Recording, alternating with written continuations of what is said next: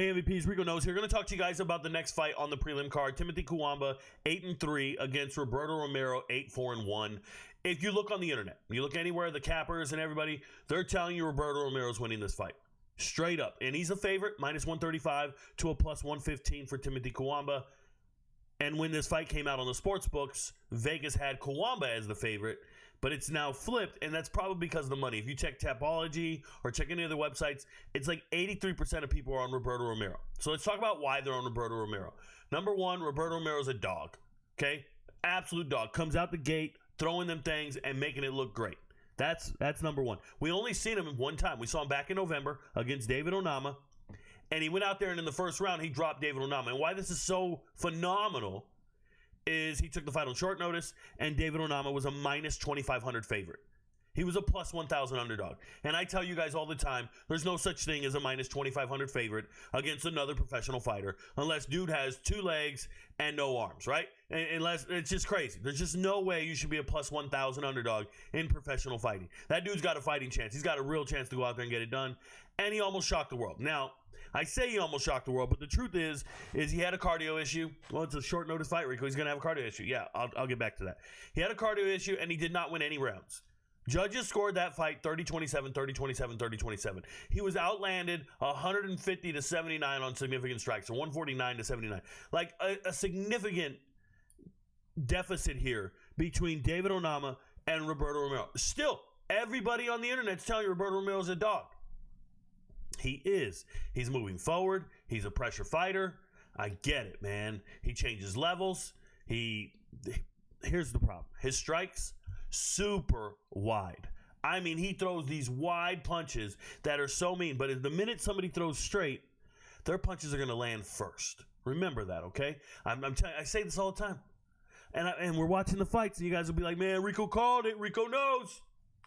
For this particular fight, I think Roberto Romero is going to bring the fight, and it's going to be a problem initially because he's fighting a low output fighter like Timothy Cuamba, and we'll get into that in a second. So he's going to win that first round, I think. He's got a chance to win that first round. But second round will win the fight. Third round, he's not winning. This fight's going the distance. That's a lock. Like, this fight's going the distance. They're going to decision, okay? You don't realize it because he's gone to decision 3 out of the last 4 times unless he wins by rear naked submission, right? He takes somebody's back. And yes, if he stumbles you or hurts you and he clubs and subs you, that's possible. He's won 2 fights by sub. One of the other fights he won by sub was, it was a decision. He beat Ivan. This is a big deal that he beat Ivan. And the reason I'm saying it's a big deal is because Ivan and Timmy, they fought on the regional scene. And Ivan beat Timmy. It's one of his losses. So if you're doing MMA math, this guy beat this guy, so he can probably beat this guy.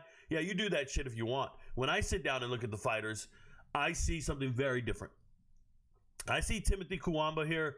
I think he's a very good fighter, a very fundamental fighter. Now, he has never won in the UFC. He's lost his last 2 fights. He lost by a split decision, then unanimous decision.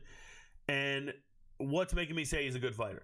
Fundamentally, when I watch him grapple and I watch him roll, he's doing everything I would coach my guys to do. He's doing everything that I would expect my fighters to do. I mean that either he's listening to his coaches really well or he's got it in him and he knows what to do. So the fight IQ is on point. He throws straight strikes while the other man's throwing looping strikes. He has cardio. He's winning the 3rd round. Like against Lucas Almeida, he didn't look good in the fight. Fine, he lost. Cool. He won the 3rd round. He had more output and he was bringing it. Another thing I would talk about is when he was coming up in the regional scene. Timothy Cuamba coming up in the regional scene was fighting at 145. And that's where you see him knocking people out, dominating, getting the decisions, doing what he needs to do. And then he gets to the UFC and he takes any fight he can get. And he goes and fights at 155. Outgunned, like just a huge difference in those 10 pounds. So now we're going back to 45 to see if he can actually win the fight at 45. And he's fighting a guy in Roberto Romero who hasn't won in the UFC. Everybody's just hyped because he's got an RBF face, right? He just looks like he's mad right now. He needs to see the manager. And he fought really well against David Onama for 2 minutes. But the rest of the fight was trash. So you see a guy with a lot of heart, forward pressure, and what are we talking about? Well, number one, we're talking about an underdog in Timothy Cuamba who is probably going to the cards. We don't, and this is not on the sports book, so I can't help you there. It's not on the sports book, but I don't know what the odds are, but I'm going to tell you going the distance is for real to me. It's a lock. I'm going to go in here and make it green. I think these guys go to decision. And I've got Cuamba because I'm getting plus money on it.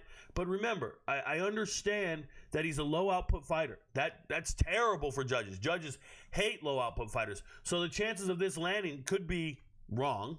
Like, I get it. But if I have to choose between the two fighters when I'm looking at them, yeah, Cuamba looks like a better fighter. Better MMA fighter? He does. Does he have the heart? Not necessarily. I've watched him mail it in at times. I've watched him not really get it done when it matters. I get it. And Roberto Romero, he looks like he has a ton of heart, that Mexican fighting style. But I've never seen it. Like, I've never seen him win. I watched his regional fights. I watched some amateur fights. I did some research on YouTube. Got it. But it's a little different. When I look at these two fighters, one guy feels like he's UFC caliber. Timothy Cuamba. He does. He feels like his skill set is polished for the UFC. And I don't feel the same way about Roberto Romero. He has a ton of heart. He's got that dog in him. And he might look good to judges because he's going to go out there swinging with forward pressure. I know that that's the deal. Timothy Cuamba will find himself in a clinch against the fence, making sure he's doing the right thing before he gets a takedown. But just remember, Timothy Cuamba is a very good fighter. I think he's better at skill-wise. I really do. But if you want to bet on a dog, do you. This is a coin flip fight for sure. I'm going to take the underdog and hope for the best, and I improve the value bets percentage this time around. It's tough.